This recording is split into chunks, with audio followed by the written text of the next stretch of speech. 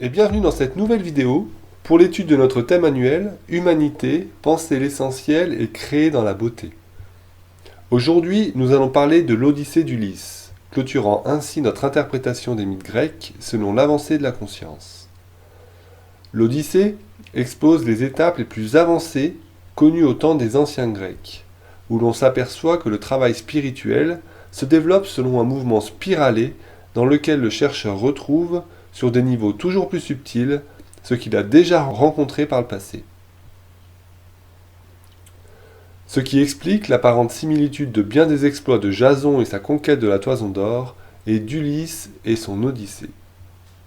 Et si l'on laisse de côté Héraclès, Ulysse peut être considéré comme le symbole du plus avancé des chercheurs de vérité dans la progression spirituelle décrite par les maîtres de la sagesse de la Grèce ancienne. Il représente celui qui a réalisé la libération en esprit.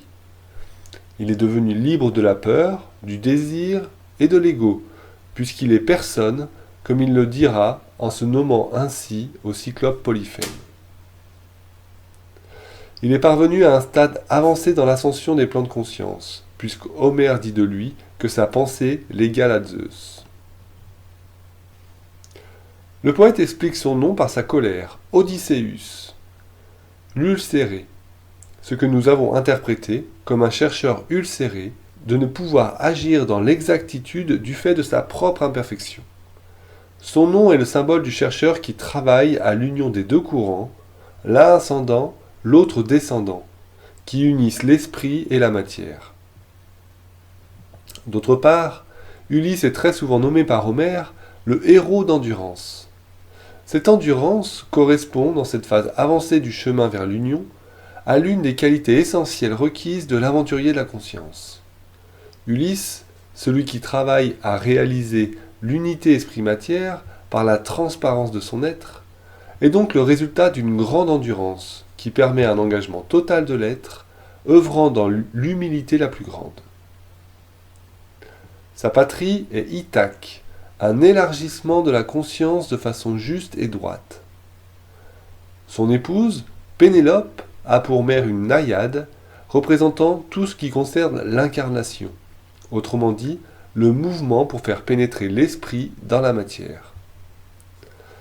L'Odyssée commence à la fin de la guerre de Troie. Celle-ci eut lieu sur un territoire très à l'est de la Grande Grèce, et elle correspond à l'image d'une lutte intérieure pour trouver le meilleur chemin pour parvenir à fixer définitivement en soi le mental intuitif. Cette percée, une fois réalisée, doit être intégrée dans tous les plans de l'être et dans toutes ses facultés, ce qui demande des purifications approfondies, ce qui peut prendre des temps symboliques très longs, de quelques années à plusieurs vies. Mais commençons au commencement, c'est-à-dire au départ de la guerre de Troie. Celle-ci est très importante, car elle va symboliser la bataille entre l'ego et l'ego, c'est-à-dire entre l'âme et la personnalité. En effet, les Grecs, sous l'impulsion du roi Ménélas, vont devoir se rassembler et partir pour Troie et assiéger la ville du roi Priam. Ménélas ordonne donc que chaque patrie grecque réunisse leur armée pour se joindre à lui. Ulysse, roi de la province d'Ithaque, en fait partie. Mais il sait, comme ses compatriotes, que la guerre contre les Troyens ne va pas être simple et risque de durer. Mais il n'a pas le choix, donc pour se désister, il cherche à ruser afin d'esquiver ce qui deviendra l'épreuve la plus longue et la plus difficile de l'histoire de la mythologie, et dont il deviendra le héros malgré lui. Ainsi, nous savons qu'Ulysse est sans doute le plus ingénieux des Grecs. Il représente pour nous l'homme qui a développé son mental, son intellect, et qui l'utilise astucieusement pour défendre ses intérêts. Bien sûr, cela ne réussit pas à chaque fois, car face à la force de l'âme, si les idées malignes ne manquent pas, elles ont tout de même leurs limites. Ainsi, alors que l'on vient le chercher pour partir en guerre, Ulysse fait mine d'être devenu fou. Mais ce semblant de folie va s'arrêter lorsqu'elle va menacer la vie de son propre fils Télémaque, alors encore bébé. Cette première anecdote nous rappelle que lorsque nous sommes confrontés à un devoir qui nous dépasse, et dont nous devons nous affranchir, nous partons accomplir bon gré mal gré les épreuves qui nous attendent. Et que cela n'est pas facile de devoir quitter à ce moment-là ce que l'on aime, ainsi que la vie plutôt confortable à laquelle nous avions tout consacré. Ce lieu n'est pourtant en apparence qu'un subterfuge, car il nous maintient dans un état d'inertie d'un point de vue de la conscience. Un lieu où tout est arrêté, figé, où plus rien ne vient remettre en cause nos idées, nos points de vue. Alors, confortablement installés sur nos acquis, l'évolution s'arrête et nous regardons le temps passer. C'est pourquoi la vie vient nous secouer un peu, afin d'aller à la rencontre d'un nouveau monde, afin d'éclairer ces zones obscures que nous gardons bien cachées en nous-mêmes. Ulysse amasse alors ses troupes et part donc rejoindre les autres équipages pour la guerre de Troie. Cette guerre donc va durer, et longtemps. 10 ans pour que se termine ce conflit entre Grecs et Troyens, entre l'âme et la personnalité. En effet, pour nous humains, dès lors que nous sommes sensibles à la présence de l'âme humaine, nous percevons bien qu'un changement radical est en train de naître à son contact. Cette guerre donc va durer, et longtemps. 10 ans pour que se termine ce conflit entre Grecs et Troyens, entre l'âme et la personnalité. En effet, pour nous humains, dès lors que nous sommes sensibles à la présence de l'âme humaine, nous percevons bien qu'un changement radical est en train de naître à son contact. Tout ce que nous croyons séparé, nous le percevons déjà à l'extérieur de nous. Les nations, les ressources énergétiques, les idées. Puis nous voyons la réciprocité avec notre vie intérieure, afin que nous vivions avec les qualités de l'âme que nous savons être. Nous voyons alors progressivement le changement, car voir notre être comme un tout imbriqué, où tout est lié, où rien n'a de frontières, et où tout a un impact sur l'ensemble, n'est pas chose aisée. Et ce changement de regard, de position, ne se fait pas en un jour. Car pour que notre personnalité puisse se sentir vivre, exister indépendamment des autres, elle a besoin de se sentir séparée, à part, par la comparaison, la compétition, ce qui permet d'être valorisée. Donc ne plus nourrir cela revient pour la personnalité à un sentiment d'inexistence. Ancrer les valeurs de l'impersonnalité demande un retrait progressif de nombreuses habitudes, afin qu'une nouvelle vision du travail naisse. En effet, le travail qui jusqu'alors permettait d'assurer les besoins physiologiques de l'humain et d'assurer les besoins de reconnaissance de la personnalité au sein du groupe va se transformer peu à peu pour s'orienter vers un service plus large qui touche à un but de plus en plus lointain et de plus en plus abstrait, le travail du développement de la conscience humaine. En cela, l'âme humaine pousse le groupe des humains tout d'abord du plus large au particulier, dans une période d'involution nécessaire à l'individualisation, où l'humain existe pour lui-même.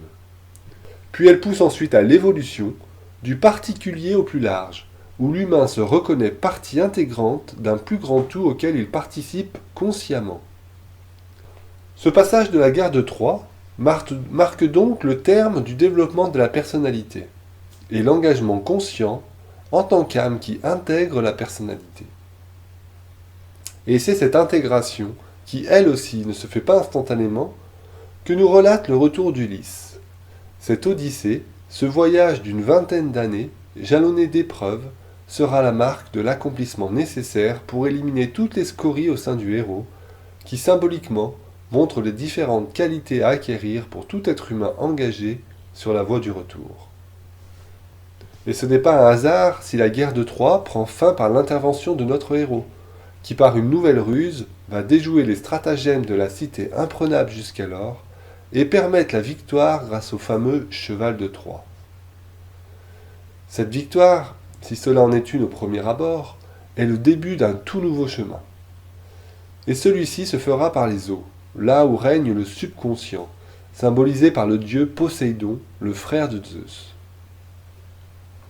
En effet, les valeurs de l'âme qui cherchent à s'imprégner au plus profond de nos cellules humaines, et ainsi marier le feu de l'esprit avec le feu de la matière, font ressurgir tous les éléments qui jusque-là ne pouvaient être traités, et qui maintenant refont surface au fur et à mesure de notre avancée. Notre corps émotionnel, qui a emmagasiné dans notre inconscient tout ce qui était trop dur à traiter à ce moment-là, va commencer à régurgiter ce qui doit être traité pour pouvoir avancer. Et nous allons voir que cela ne va pas être facile, loin de là, et que plus d'une fois il va falloir repartir du point de départ, marquant ainsi le pas de cette qualité d'endurance dont l'âme fait preuve pour s'incarner dans l'existence. Ainsi, suite à leur victoire sur les Troyens, Ulysse et ses compères repartent avec leur navire pour la Grèce, rejoindre après cette longue absence leurs proches sur leur île. Mais dès la première halte, les esprits s'échauffent, et Ulysse préfère délaisser le groupe pour retourner au point de départ, rejoindre le roi Agamemnon, rester sur place le temps de quelques sacrifices.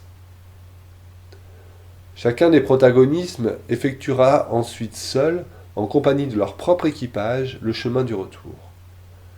Et pour Ulysse, cela commence donc par un premier retour au point de départ.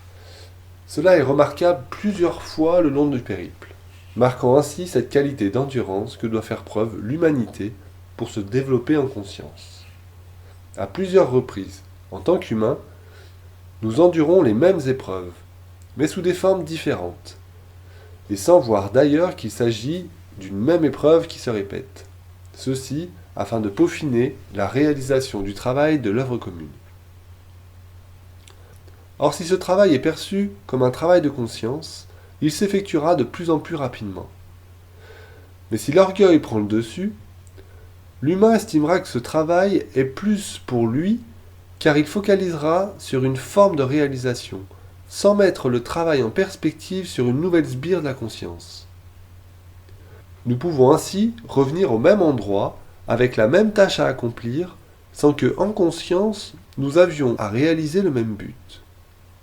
Toute la difficulté est là. Et les allers-retours qu'Ulysse et son équipage vont subir seront l'occasion de toujours s'accrocher au but de conscience qui cherche à être atteint, et non sur la forme du but, le retour sur l'île d'Ithaque. Nous voyons là cette qualité de persévérance qui s'ancre. Il va falloir percer l'illusion du but formel à atteindre pour voir le but de conscience qui se cherche à travers la forme. Nous allons donc nous attarder seulement sur quelques épreuves du voyage, en commençant par le passage sur l'île des Cyclopes. Dans celui-ci, Ulysse et une partie de son équipage rencontrent un cyclope, Polyphème, un fils de Poséidon. Et après s'être introduits dans son gîte un peu trop confiant, ils y furent prisonniers. Pour s'en libérer, ils percèrent pendant son sommeil l'œil du cyclope, ce qui le rendit aveugle, et s'échappèrent en se camouflant sous un troupeau de brebis. Aussi, Ulysse avait pris soin de ruser le cyclope en lui annonçant qu'il s'appelait personne, ce qui ne permit pas à Polyphème de réclamer de l'aide à ses congénères, puisque personne ne l'avait attaqué. Les cyclopes sont des géants d'apparence humaine dotés d'un seul œil au milieu du front, symbole d'une vision élargie et non duelle. Leur nom signifie vision sphérique et inclut donc une idée de totalité. Polyphème, fils de Poséidon, caractérise donc l'action du plus haut du subconscient, agissant à travers une expression des énergies proches de la nature. Aussi, les cyclopes sont des géants, car cette capacité de perception paraît surhumaine à l'homme ordinaire, révélant des aptitudes qui paraissent miraculeuses et à l'attrait desquelles il est très difficile de ne pas succomber, ne serait-ce que par curiosité ou par volonté d'expérimenter. Mais dès que le contact est établi avec celui qui symbolise ce pouvoir de vision du subconscient, l'on en devient prisonnier et le pouvoir est très puissant. S'en défaire est difficile, car il éveille en nous une telle fascination, une telle curiosité d'en connaître un peu plus, que l'on n'en démord pas. Seulement, il n'est pas sans conséquence, puisque l'on s'amoindrit physiquement, perdant en vivacité le reste du temps.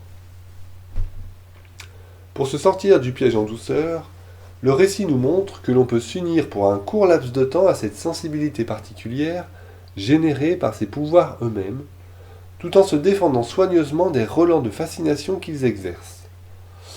Ulysse et ses hommes s'échappent dissimulés par la toison des béliers, en échappant aux mains de Polyphème qui tente de les récupérer. Cet épisode est à rapprocher de la toison d'or du bélier que Jason partit récupérer en Colchide. La toison du bélier est symbole de sensibilité, c'est-à-dire de conscience. Et c'est en se servant de sa sensibilité consciente que l'on peut s'échapper du piège mortel. Ayant succombé à la curiosité, et ne pouvant plus désormais utiliser ses perceptions quelque peu surhumaines, Ulysse sera pour la suite du voyage à la merci des puissances du subconscient. En effet, Poséidon accède à la requête du Cyclope de beaucoup tourmenter Ulysse et de ne permettre son retour que seul, sans ses compagnons, après de terribles épreuves, sur un vaisseau étranger et pour trouver le malheur au logis. Ici, nous voyons que pour la poursuite de la quête, on va être confronté aux nombreuses attaques de nos émotions inconscientes, en vue de leur purification. Profiter pleinement de l'expérience ne peut donc intervenir que si le chercheur est exempt de toute fascination, c'est-à-dire délivré de la peur, du désir et de l'ego, et de toute forme d'attraction et de répulsion. Par la suite, au cours de son voyage, Ulysse et son équipage passent sur l'île où vit la déesse Circé, fille du soleil Hélios. Là, une partie de son équipage est empoisonnée par la magicienne, qui les transforme en porcs.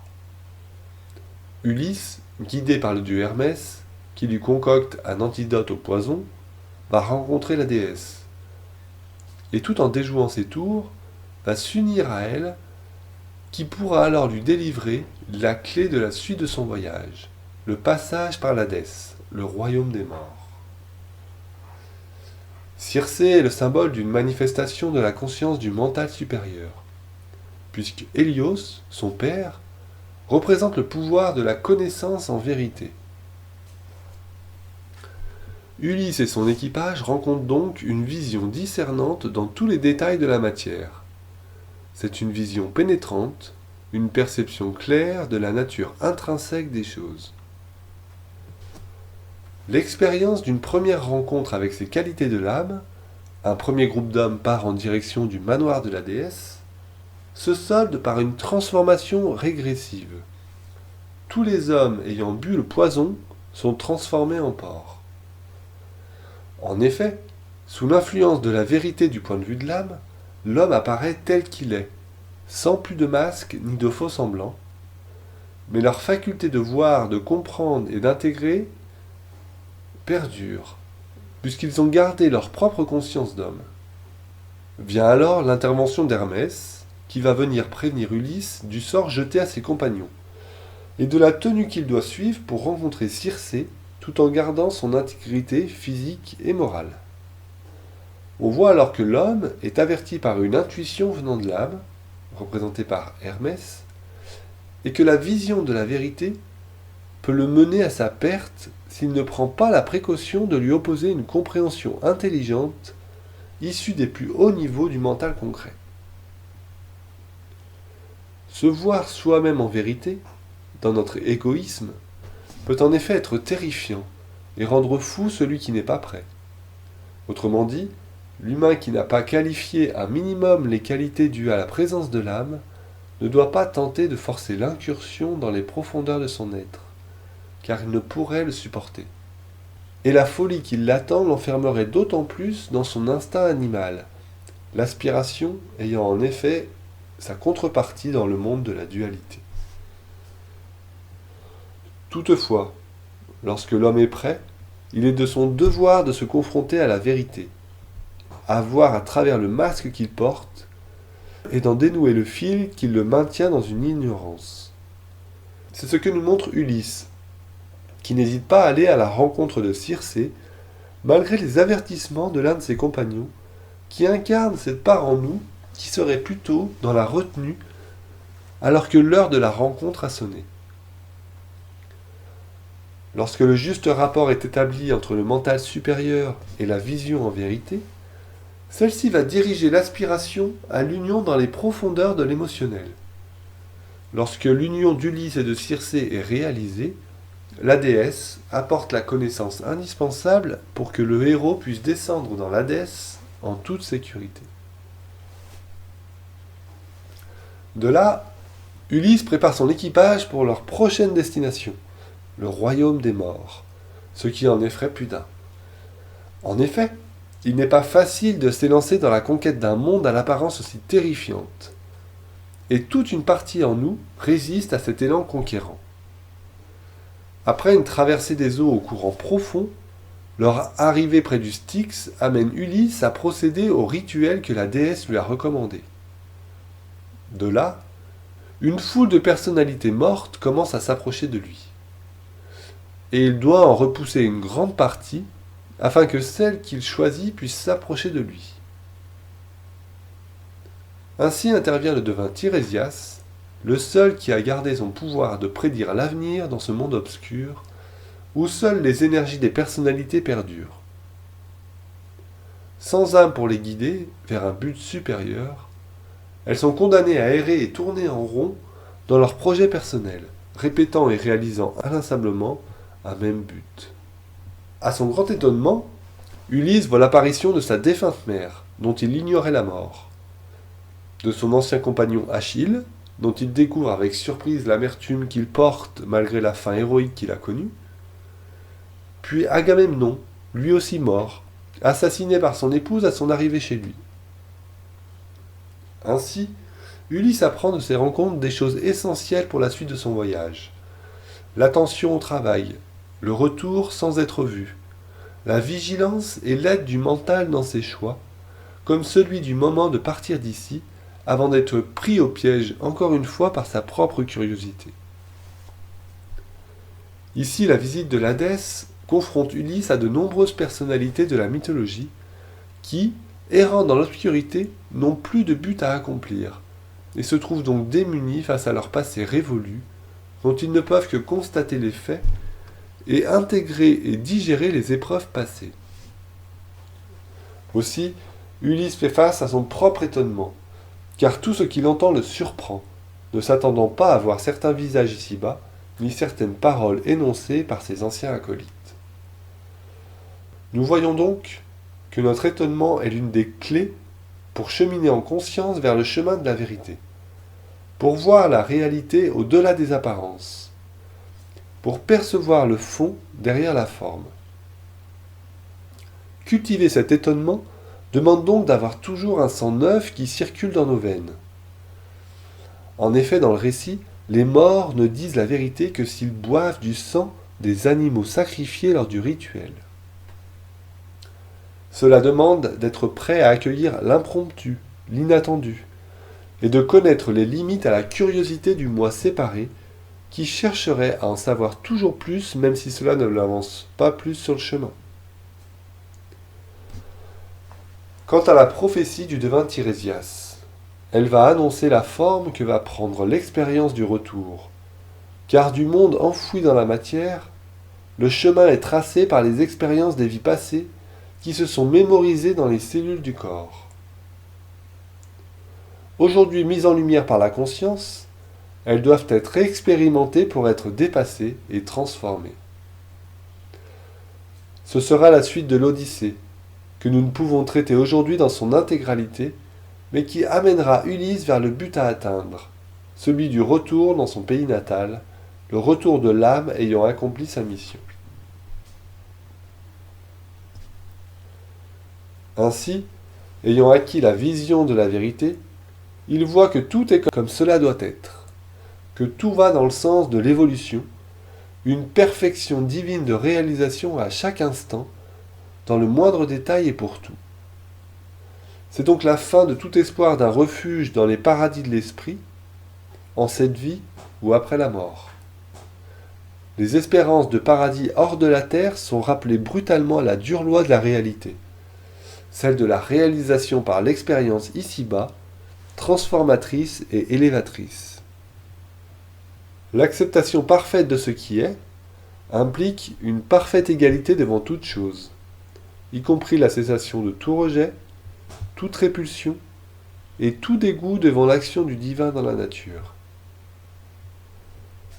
Seule doit rester l'aspiration à être un outil parfaitement transparent à l'action des forces évolutives divines. Tant que la volonté personnelle de changer les choses par soi-même se maintient, aussi peu que ce soit, cela crée un handicap pour l'avancée. Ainsi, l'implication dans le monde doit cependant subsister. Bien que tout soit comme cela doit être, la perfection divine doit être réalisée jusque dans la matière.